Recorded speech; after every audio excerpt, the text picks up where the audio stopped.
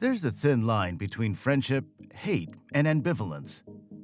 For India and Israel, this could not be more true. Adding to their complicated history, the recent revelation that Reliance Industries could acquire Israeli chip manufacturer Tower Semiconductor has raised some eyebrows. Is this an entirely innocent gesture, intended to help Israel out at a time when its economy is crumbling? Or is India exploiting Israel at a devastating moment in its history? So without any further ado, let's try to figure out what's really going on underneath all the diplomatic masks between Israel and India. When it comes to analyzing the relationship between any two countries, it's always a good idea to turn back the wheels of time and start at the very beginning. But for the sake of today's video, let's begin by asking ourselves a simple question. And before you lose your patience, remember that the answer to this question underlies everything that this video talks about. So here it is. What does it mean to be a powerful country today? Are you a powerful country if you have a massive army? Does it have something to do with a country's GDP? Or does power correlate to how free a country's citizens are? How does a nation rank on the happiness index? Or is it about a country's technological advancements? In the past, the answer to this question was simpler. Power belonged to countries that had amassed a great amount of wealth. Today, however, power, and by extension, the economy, aren't about wealth or oil. Long gone are the days when countries went on an obsessive spree to find as much oil as they could. Rather, you now have op-eds proclaiming data to be the new oil. Our dependence on data and tech has never been greater. As a result, the global economy is transformed. For both India and Israel, these transformations have altered the face of their industries, and investments in sectors such as technology have increased. Make no mistake, dear viewer, if you want power in today's economic landscape, what you need is a thriving tech industry. As you make developments in technology, you acquire the ability to have access to more data. And since data is the new oil, access to more data allows you to influence global economic patterns that lean in your favor. With data at their disposal, countries can now become more economically influential and thus more powerful. The World Economic Forum's meeting this January confirmed this hypothesis. According to experts attending the roundtable meeting, data science is a powerful catalyst for positive change, especially in developing countries. Unfortunately, despite its potential, the least developed countries in the world are also the countries with the most digitally excluded communities. Only 36% of the population in these countries uses the internet, and less than 10% have access to e-commerce or e-government services. Bridging this gap is crucial for unleashing the transformative benefits of data science in these regions. Unlike other developing economies, India understands this formula instinctively. Data is necessary for making it in the contemporary economic landscape. Emerging as a key market for tech investments, India's recent string of economic successes comes off as no surprise. And if there's one thing about India, it's that the country knows how to play the economic and political game to its advantage. One instance of India's masterful economic tactics can be seen in Reliance Industries' possible acquisition of Tower Semiconductor. But hey, let's not get too ahead of ourselves. Before jumping into any conclusions, let's analyze what's going on with Reliance's acquisition of Tower Semiconductor. Why would Reliance want to break into the chip industry? And what does that mean for Israel and India's relationship? Keep watching to find out, and subscribe to our channel. 7 years before Mukesh Ambani was even born, the first symbolic gesture between Israel and India took place. In 1950, India formally recognized Israel. As surprising as it may seem to us today, back then, the relationship between the two countries was strained.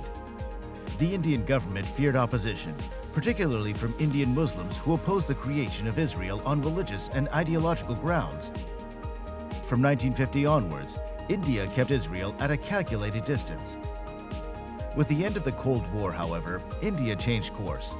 The Oslo Accords played a significant role in this change of heart, and as a result, the India-Israel alliance developed rapidly, especially in defense cooperation. Prime Minister Narendra Modi's election in 2014 further accelerated the Indo-Israeli relationship. Modi became the first Indian Prime Minister to visit Israel in 2017. In 2018, this was reciprocated by a visit from Israeli Prime Minister Netanyahu to Delhi.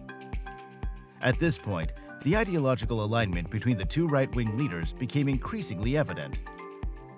On October 7th, when Hamas launched an unprecedented attack on Israel, India's response differed from many non-Western peers. While Modi expressed solidarity with Israel, India surprised observers by abstaining from a UN resolution on a humanitarian truce on October 27th. This was quite the historic moment and established India's unwavering support for the Israeli cause. The road ahead for India is not easy. As a Global South leader, there's no shortage of criticism of the pro-Israeli stance that Modi's government has taken. Critics of Modi's BJP party have leveled anti-Muslim accusations, while some have claimed that his current stance goes against India's long-standing policy of solidarity with the Palestinians. Despite facing enormous backlash, Prime Minister Narendra Modi has made his resolve blatantly clear. No matter what happens, India is going to support Israel. At a time when Israel's economy is bleeding itself dry, with the war against Hamas costing the Israeli economy a whopping $260 million every day, India's unwavering support could be interpreted as a valiant display of solidarity. But here's where things get a little complicated. Could Reliance Industries' interest in Tower Semiconductor be a way for India to benefit from Israel's current situation? Tower Semiconductor, known for its high-value analog semiconductor solutions, specializes in manufacturing analog integrated circuits across various sectors such as medicine and tech globally. The COVID-19 pandemic underscored the vulnerability of the semiconductor supply chain. This vulnerability prompted countries worldwide, including India, to explore avenues for developing indigenous chip-making capabilities. As for Tower Semiconductor, not only has it been ranked 7th in global foundry revenue, but has also expressed a keen interest in assisting India in building its semiconductor ecosystem. This includes participation in consortiums and offering to be a technology partner under India's Semiconductor Incentive Scheme. Tower Semiconductor is not just any chip manufacturer. It's a key player in the global chip supply chain, manufacturing the kind of chips that power the smart devices we use every day. The acquisition of Tower Semiconductor will not only generate more revenue, it will also allow for the country's tech industry to expand and acquire more data. And remember what we said earlier, more data equals more power. The recent cancellation of Intel's $5.4 billion acquisition of Tower Semiconductor opened up the perfect opportunity for Ambani's Reliance Industries. In August 2023, Intel regulators' disapproval led to the abandonment of the deal.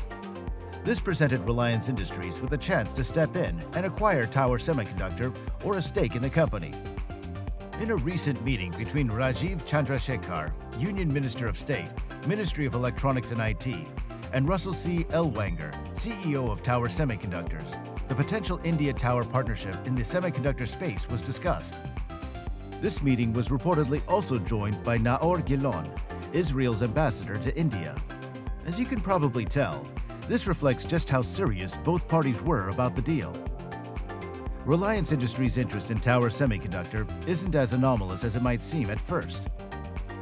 When you look at the broader trend in India, with major business houses like Tata, Vedanta, and Hiranandani Group exploring opportunities in chip manufacturing, Reliance's interest in Tower Semiconductor seems pretty on trend.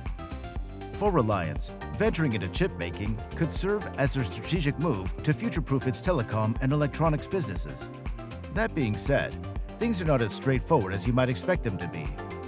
The ongoing Israel-Hamas conflict could pose a major hurdle to Reliance's plans and cause potential delays. Despite the reports of meetings between Reliance and Tower Semiconductor, the company's spokesperson has firmly denied all discussion, saying, "We are not in talks to acquire Tower Semiconductor. There's no truth in this." The future is uncertain. With rapid changes in the global economic landscape and the ongoing Israel-Hamas crisis, there's no telling what will become of Reliance's interest in Tower Semiconductor. Will India succeed in breaking into the chip manufacturing industry? Or will the potential deal go elsewhere? As we've seen throughout the Indo-Israel alliance, we're placing our bets on a deal. But let us know what you think in the comments below. And don't forget to check out our upcoming videos on further developments in the story.